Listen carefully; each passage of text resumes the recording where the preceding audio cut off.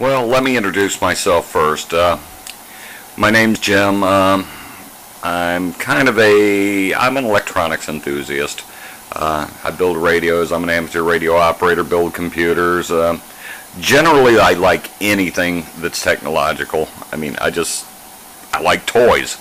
Over the past couple years, I've taken an interest in remote control indoor helicopters. Just the whole idea of being able to fly something inside just kind of tweaked my curiosity. And in all reality, I have probably destroyed at least 6 or 7 machines, and some of them were quite expensive too. That's been my experience up to this point. I've owned the Micro Mosquito, which proved to be one of the most unstable things I've ever flown. I owned a knockoff of that machine, which, by the way, was far more stable, and it actually took me in the direction of the helicopter we're looking at right now, which is the E-Flite MCX series, coaxial rotor with the stabilizer bar. And what I discovered from the other machine was the stabilizer bar made flight so much simpler. They were both coaxial, but once the addition of the stabilizer bar was there, the whole thing just flew that much better. This, unfortunately, is my second rendition of the helicopter. I did total out the first one. It wasn't completely destroyed, but I did break the flight shaft. My fault. I got a little full of myself because I was quite able to fly through the house at pretty good speed without hitting anything, so I just kind of lost control over the situation one day and ran right into a wall. But that has nothing to do with the design of the helicopter. That has to do with the design of my brain. To take a look at the thing, you notice immediately it's very small. I've got a keychain next to it for comparison. It's quite a tiny machine. This is not the original canopy that it came with. I replaced the canopy because this was a copy of a Schweitzer, which happens to be this canopy right here. Although, it's an attractive canopy. I just thought the other one looked so much cooler. And the helicopter comes in 2 forms. There's a bind and fly form, which assumes you already have the remote control available. And then there's a complete with the remote, both of which are under $100. There's a $20 price difference between the two. That's really the only difference between the two. One has a remote, one does not have a remote. First thing I'm going to do is I'm just going to give you a few little technical aspects. Okay, the first thing you'll notice is that there are actually 2 rotor blades. There's a top rotor blade and there is a lower rotor blade. They both spin in opposite directions. What that makes up for is the fact that there is no real tail gear back here. This piece on the rear does nothing more than spin due to the wash of the blades. That's normally, in an actual helicopter, what would stop the machine from rotating around due to its own inertia. Once it was in the air, the whole body would rotate. So what they do is they cancel out that tendency, and that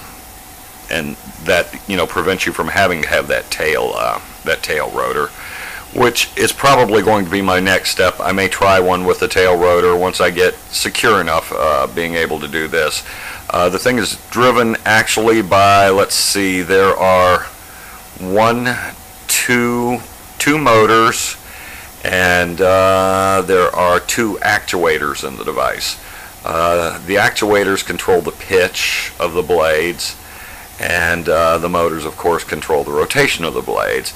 And in just 1 second here, I will go ahead and power up the device real quickly and show you how the actuators actually work. Okay, the first thing we need to do is we need to install the battery. It comes with a single cell battery. It's a lithium polymer cell. It's quite small. It's 110 milliamp hour, provides about 7 to 8 minutes of flight time, which with a little rough math equates into about the helicopter probably drawing about an amp of current from the battery. They do make a slightly larger cell. Third-party vendors make them up to 150 milliamp hour.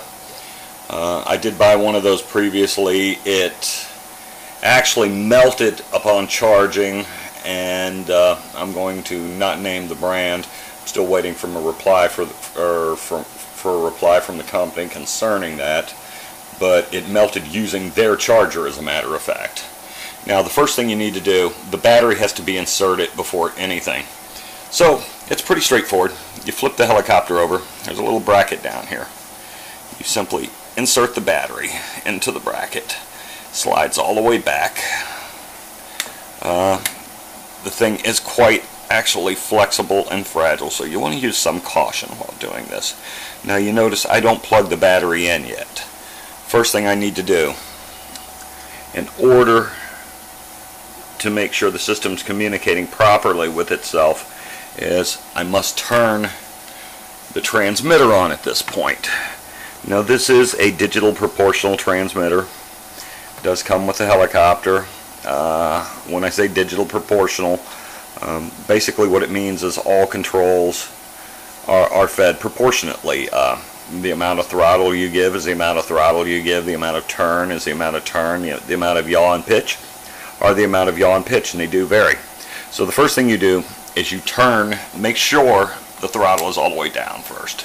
This is the throttle, it must be all the way down. Flip the power on. Notice it made a nice little beep to let you know the power is on.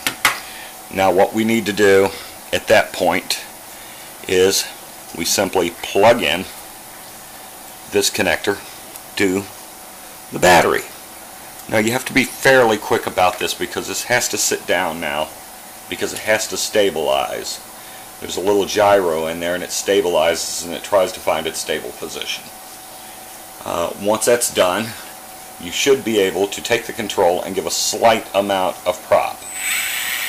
As you see, I'm just giving a very small amount of propeller at this point.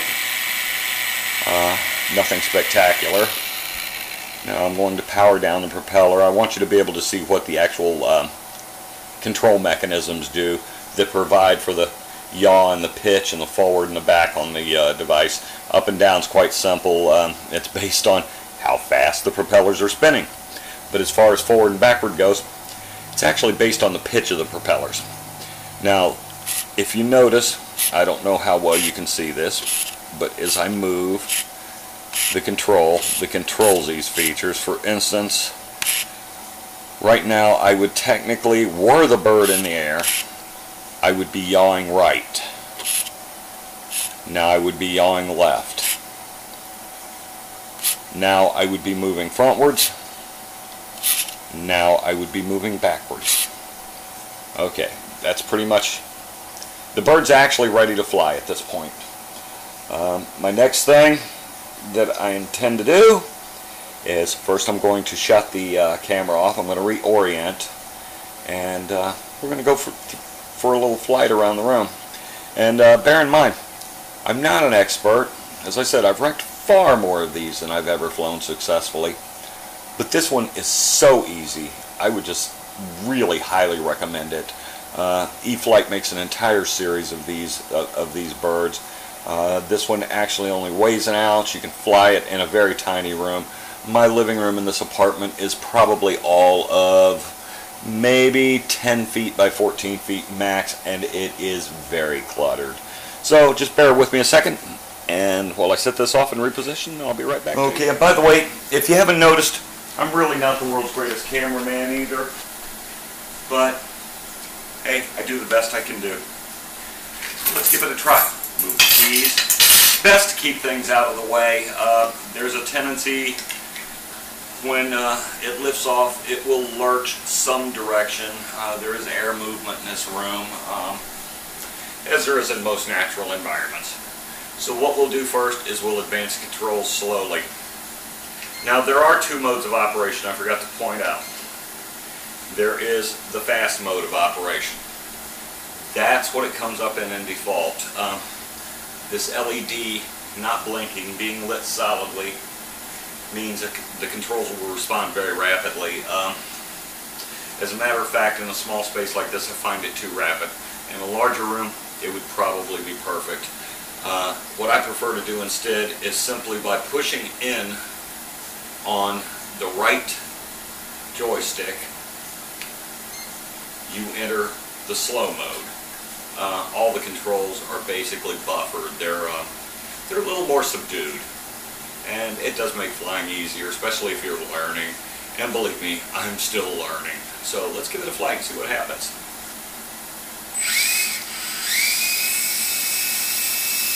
See, very nice smooth takeoff. No problem. Go for a little around the room here.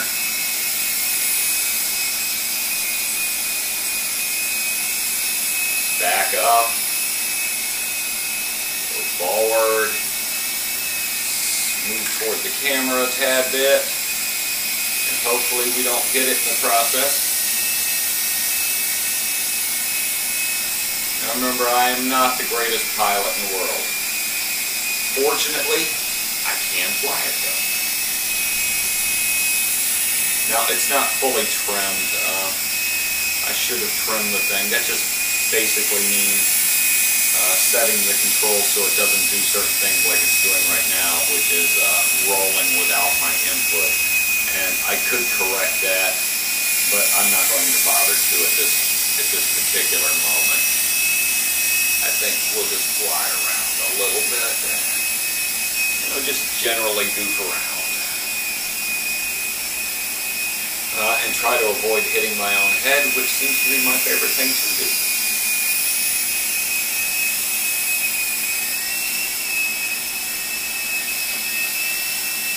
Now, I like to do this. Now, in order to do this, you have to go into fast mode. So you simply push that joystick again. Now I'm in fast operation mode. I think that just looks so cool. Do it again.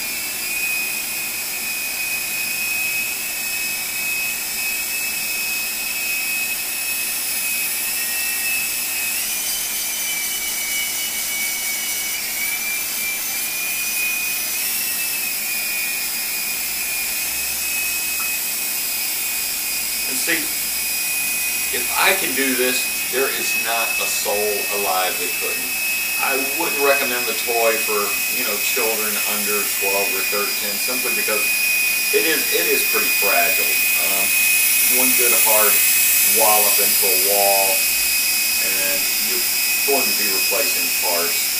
And the thing about the part replacement is all the parts are very tiny to start with, and they cost nearly as much as the helicopter itself. For instance, this replacement canopy I put on it, which is nothing more than a piece of molded plastic, was $9.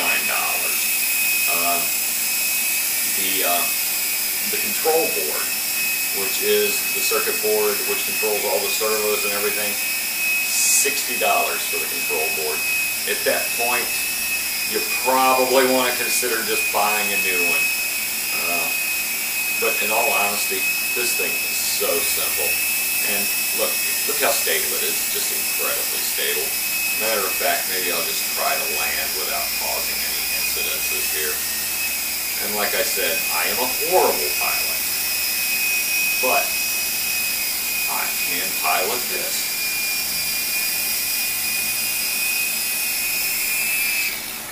Well, almost. I came off the edge of the table, but you get the drift. And I mean, for $100, it's almost impossible to beat. There are people who can fly a lot better than me. You can do acrobatics with it, any number of things. You can have multiple units flying. They can each be mated to a different transmitter, and you can probably just generally have a pretty good time. But, for me, just flying around in circles, heck, that's fun enough over there. just too fun. I don't mind that at all. And camera crash. Not really, but we'll see.